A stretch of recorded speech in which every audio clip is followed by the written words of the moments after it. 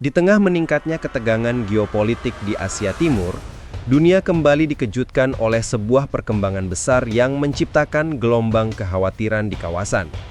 Media internasional seperti The Japan Times, Reuters, dan Japan Forward melaporkan sesuatu yang tidak pernah terjadi dalam skala sebesar ini dalam sejarah modern China. Lebih dari 100 kapal perang dan kapal penjaga pantai China bergerak secara serentak, tersebar di berbagai wilayah perairan Asia Timur, mulai dari Laut Kuning bagian selatan, Laut China Timur, Laut China Selatan, hingga wilayah Pasifik bagian barat. Ini bukan sekedar isu, bukan rumor, bukan kabar tidak jelas yang beredar di media sosial. Semua informasi ini sudah diverifikasi melalui laporan intelijen, analisis para pejabat keamanan regional, dan rilis resmi otoritas Taiwan. Artinya, dunia sedang menyaksikan salah satu demonstrasi kekuatan maritim terbesar yang pernah dilakukan Beijing dalam era modern. Kisah besar ini memiliki awal yang jelas. Pada pertengahan November, hubungan diplomatik China dan Jepang kembali memasuki titik kritis. Pemicu utamanya adalah pernyataan Perdana Menteri Jepang, Sanae Takaichi, dalam rapat diet. Di hadapan parlemen, Takaichi dengan tegas menyatakan bahwa jika China menyerang Taiwan, maka Jepang dapat mempertimbangkan untuk merespons secara militer. Kalimat ini, meski diucapkan dalam konteks diskusi keamanan nasional Jepang, langsung dianggap Beijing sebagai provokasi terbuka dan tantangan terhadap kepentingan strategis mereka. Tidak membutuhkan waktu lama bagi China untuk bereaksi. Beijing segera memanggil Duta Besar Jepang untuk memberikan teguran keras, menandai dimulainya babak baru ketegangan antara dua kekuatan besar Asia Timur tersebut. Namun respons diplomatik itu ternyata hanya langkah awal dari sesuatu yang jauh lebih besar.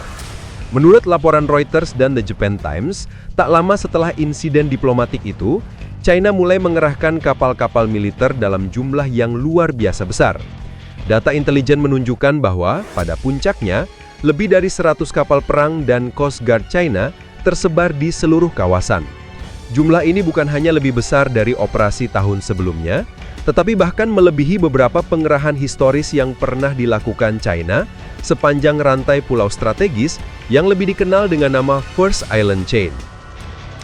First Island Chain adalah sebuah garis pertahanan maritim yang sangat penting dalam geopolitik Indo-Pasifik. Garis ini memanjang dari Kyushu di Jepang, melewati Okinawa, Taiwan, hingga Filipina. Selama puluhan tahun, kawasan ini menjadi titik gesekan utama antara Amerika Serikat, Jepang, Taiwan, dan China. Ketika China mengerahkan hampir 100 kapal di kawasan ini pada Desember tahun lalu, para analis menyebutnya sebagai operasi paling masif dalam sejarah Beijing. Namun kini, menurut Japan Forward yang mengutip pejabat Taiwan dan laporan Reuters, operasi terbaru ini bahkan melebihi pengerahan tahun 2024 tersebut. Ini bukan lagi latihan biasa, bukan sekedar patroli rutin, tetapi sebuah manuver maritim yang besar, terkoordinasi, dan mencakup wilayah yang sangat luas. Sinyal bahaya pertama kali disampaikan oleh Tsai Ming-yen, Direktur Jenderal Biro Keamanan Nasional Taiwan, dalam konferensi pers yang diliput oleh The Japan Times dan media-media di Taipei. Tsai menjelaskan bahwa operasi China saat ini terjadi pada periode yang biasanya memang menjadi musim aktif latihan militer Beijing. Namun ia mengingatkan bahwa skala pengerahan kali ini berada jauh di luar batas kebiasaan tahunan. Menurut Tsai, Taiwan telah mendeteksi 4 formasi besar kapal perang China yang bergerak di wilayah Pasifik Barat. Semua pergerakan tersebut dipantau secara real-time oleh sistem intelijen Taiwan, menunjukkan tingkat kewaspadaan yang semakin meningkat di pulau itu. Tidak berhenti di situ saja.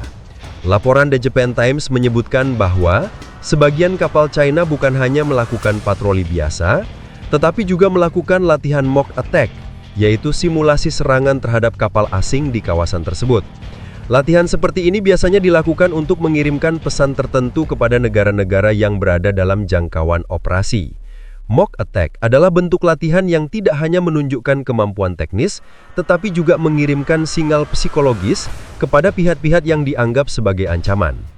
Selain mock attack, beberapa kapal China juga terdeteksi melakukan latihan access denial, yaitu latihan yang bertujuan untuk mencegah kekuatan asing, terutama Amerika Serikat dan sekutu-sekutunya, masuk ke wilayah yang sedang dikontrol China.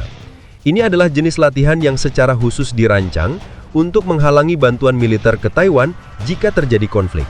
Dengan kata lain, China tampaknya sedang menguji kemampuan mereka untuk memblokir intervensi asing dalam skenario terburuk. Namun menariknya, tidak semua pihak memandang operasi ini sebagai ancaman langsung terhadap keamanan regional. Dalam laporan Reuters, beberapa pejabat regional menyatakan bahwa meskipun skala pengerahan ini sangat besar, mereka belum melihat indikator yang menunjukkan bahwa China akan melancarkan tindakan agresif dalam waktu dekat. Mereka menyebut operasi ini sebagai Big Outing, sebuah istilah yang menggambarkan pengerahan besar, tetapi tetap berada dalam koridor latihan tahunan yang dilakukan secara rutin oleh militer China. Namun meskipun disebut sebagai latihan rutin, semua pihak sepakat bahwa angka lebih dari 100 kapal adalah sesuatu yang tidak bisa diabaikan begitu saja. Negara seperti Indonesia, Filipina, dan Jepang memang cenderung berhati-hati dalam memberikan pernyataan. Namun Japan Forward dalam analisisnya menunjukkan bahwa pola operasi maritim China kali ini sangat mirip dengan pola latihan besar yang mereka lakukan tanpa pengumuman resmi pada tahun sebelumnya. Artinya, meskipun Beijing belum mengumumkan latihan militer skala besar, banyak yang menduga bahwa China sedang mempersiapkan hal yang sama seperti tahun lalu. Namun kali ini, skala dan cakupan operasi terlihat lebih ambisius dan lebih luas. Sementara Beijing tetap diam. Baik Kementerian Pertahanan China, Kementerian Luar Negeri, maupun kantor urusan Taiwan tidak memberikan komentar apapun ketika dimintai keterangan oleh The Japan Times dan Reuters. Sikap diam ini justru memperkuat spekulasi bahwa operasi besar ini tidak semata-mata latihan teknis. Banyak analis meyakini bahwa ini adalah bagian dari strategi politis untuk menguji reaksi negara-negara Indo-Pasifik, serta menekan Taiwan dan Jepang melalui demonstrasi kekuatan. Di sisi lain, Taiwan memberikan respons yang jauh lebih jelas dan tegas. Presiden Taiwan, Lai Ching-te, sebelumnya sudah memperingatkan bahwa China sedang meningkatkan persiapan militernya untuk mencapai penyatuan dengan kekuatan jika diperlukan. Taiwan juga baru saja mengumumkan paket anggaran pertahanan jangka panjang yang nilainya mencapai NT 1,25 triliun atau sekitar 38,7 miliar dolar Amerika untuk 8 tahun ke depan.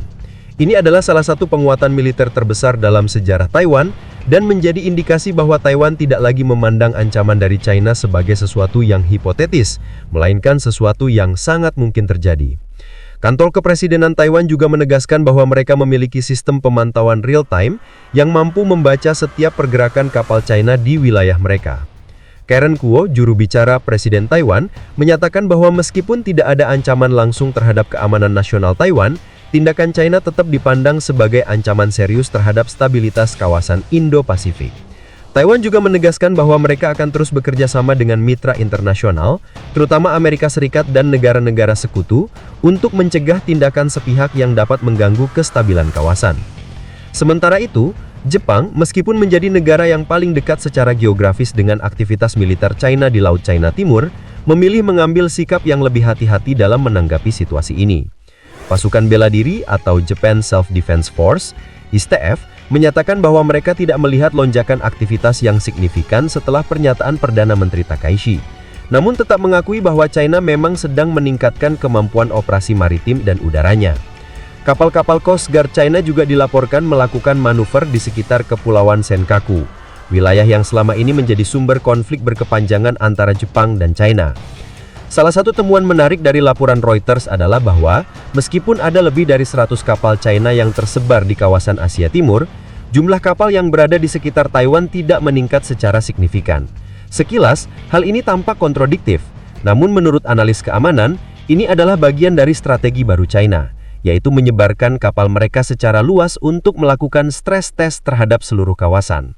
China ingin mengetahui bagaimana negara-negara di Asia Timur merespon setiap pergerakan mereka.